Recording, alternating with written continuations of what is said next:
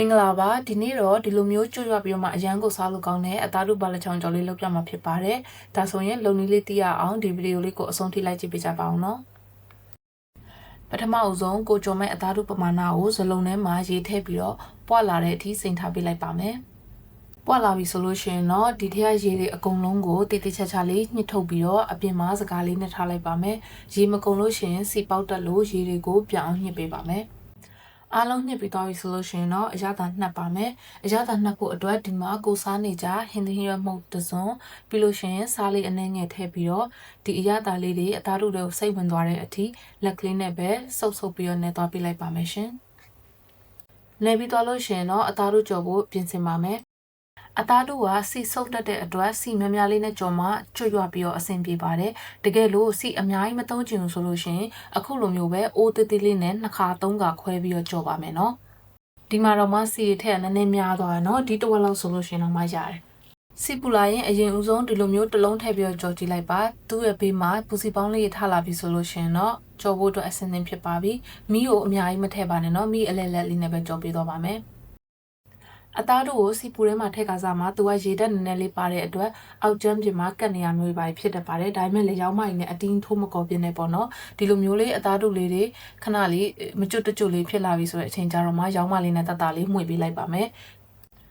ဆက်စချင်းတော့သူကစီဆုပ်ပါလိမ့်မယ်ဒါပေမဲ့ကိစ္စမရှိပါဘူးဒီလိုမျိုးကြော်နေတဲ့ရောင်းမလေးနဲ့ပဲဖိပေးသွားလိုက်ပါမယ်ဒါဆိုလို့ရှိရင်တော့အရန်ကမှအထက်ရောအပြင်ရောကျွတ်ရွနေတဲ့အသားတို့လေးရမှာဖြစ်ပါတယ်ပြီးလို့ရှိရင်သူကကျွတ်သွားပြီဆိုလို့ရှိရင်ဒီလိုဖိထားပေးလိုက်တဲ့အတွက်စီတွေအကုန်လုံးလည်းပြန်ထွက်ပါတယ်ဒီလိုမျိုးလေးပဲဖိပြီးတော့ကြော်သွားပေးလိုက်မယ်နော်အသားတို့လေးတွေဒီလိုမျိုးရွှေဝါရောင်လေးတွေတန်းလာပြီဆိုလို့ရှိရင်တော့ရပါပြီပြီးရင်တော့ဒါလေးကိုဆက်ပြီးတော့နောက်ထပ်ကျန်တဲ့အသားတို့လေးတွေကိုတတုပ်ပြီးတတုပ်ဆက်ပြီးတော့ကြော်သွားပေးလိုက်ပါမယ်ဒီအနေထားလေးမှာရင်အရန်ကုန်မှာစားလို့ကောင်းနေပြီမို့လို့ခဏခဏနှိုက်စားနေရတဲ့ရင်တဝက်ကုန်ပါတယ်ဒီလိုမျိုးတတိယတုပ်ကြော်ပြီးတဲ့အချိန်မှာတော့မြင်တဲ့အတိုင်းပဲစီတွေအများကြီးကြံပါသေးရဲ့နော်စုပ်ထားတဲ့စီတွေလုံးဝအကုန်ပြန်ထွက်ပါတယ်ဒီစီတွေအားလုံးကိုကြော်ဖို့အတွက်ပြန်မသုံးပါဘူးနော်သူ့ကိုဒီအကျွန်းသွားတဲ့အပိုင်းစားလေးတွေကိုပြန်စစ်ထုတ်ပြီးတော့နည်းနည်းလေးပဲသုံးပါမယ်ပြီးလို့ရှိရင်ဒီစီကိုသဘောရှိလို့ရှိရင်တော့ပြန်သုံးလို့ရပါတယ်ကဲအခုဘာလဲချောင်းကြော်ဖို့အတွက်ကိုဆောနာကအသားတို့ကြော်ထားတဲ့အိုးလေးကိုပဲနည်းနည်းတန့်ရှင်းပြန်လုပ်ပြီးတော့စစ်ထားတဲ့စီလေး2ဆုံးခန်းထည့်ပြီးတော့ကြော်ပါမယ်အရင်ဦးဆုံးဒီလိုမျိုးရေဆေးတက်ဆင်ထားတဲ့ပြည့်တော်သိမ်းရွက်ကလေးကိုထည့်ပြီးတော့ကြော်လိုက်ပါတယ်။သူကအနက်မွေးဖို့အတွက်ထည့်ရပါမထည့်ရင်လည်းဘာမှတော့မဖြစ်ပါဘူးเนาะ။ဒီလိုနေထားလေးရောက်ပြီဆိုလို့ရှိရင်တော့ဆယ်ပြီးတော့ဘေးမှာဖယ်ထားလို့ရပါပြီ။ပြီးရင်တော့ကြံခဲ့တဲ့စီလေးထဲမှာပဲ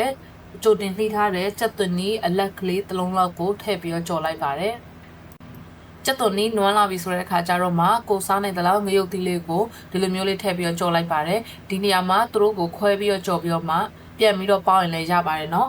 ဒီမှာတော့တခါတည်းပြီးတော့အောင်လို့ရောပြီးတော့ကြော်လိုက်တာပါ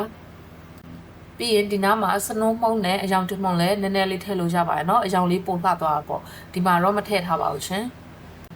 ကြက်သွန်ရောငရုတ်တီရောဒီလိုမျိုးလေးကြက်ပြီးတော့အနက်လေးမွေးတက်လာပြီဆိုရင်တော့မီးပိတ်လိုက်ပါပြီးလို့ရှိရင်ဆောနာကအသားတို့တွေကိုထည့်ပြီးတော့အားလုံးရောတဲ့အထိမှွေပေးလိုက်ပါအားလုံးရောသွားပြီဆိုလို့ရှိရင်တော့ရပါပြီเนาะပြီးလို့ရှိရင်တော့ပကံအလုပ်တစ်ခုလေးလည်းမှထည့်ပြီးတော့ဆောနာကကြော်ထားတဲ့ပြင်းတော်တင်ရဲ့ကလေးတွေအပေါ်ကဖြူပေးလိုက်လို့ရှိရင်ဒီလိုမျိုးစီရီအိုက်ထုံးမနေပဲနဲ့အရန်စားလို့ကောင်းတဲ့အသားတို့ဘာလဲချောင်းကြော်လေးရပါပြီရှင်ဒီမှာတော့စားကြလို့ကိုအိမ်မှာရှိထားပြီးသားမြေပဲလှော်လေးလည်းနည်းနည်းထည့်လိုက်ပါတယ်အဆုံးထိကြည့်ပြီးလို့ကျေးဇူးများတင်ပါတယ်နောက်ဗီဒီယိုကြီးကြမှာပြန်တွေ့ကြမယ်နော်တတ်တာ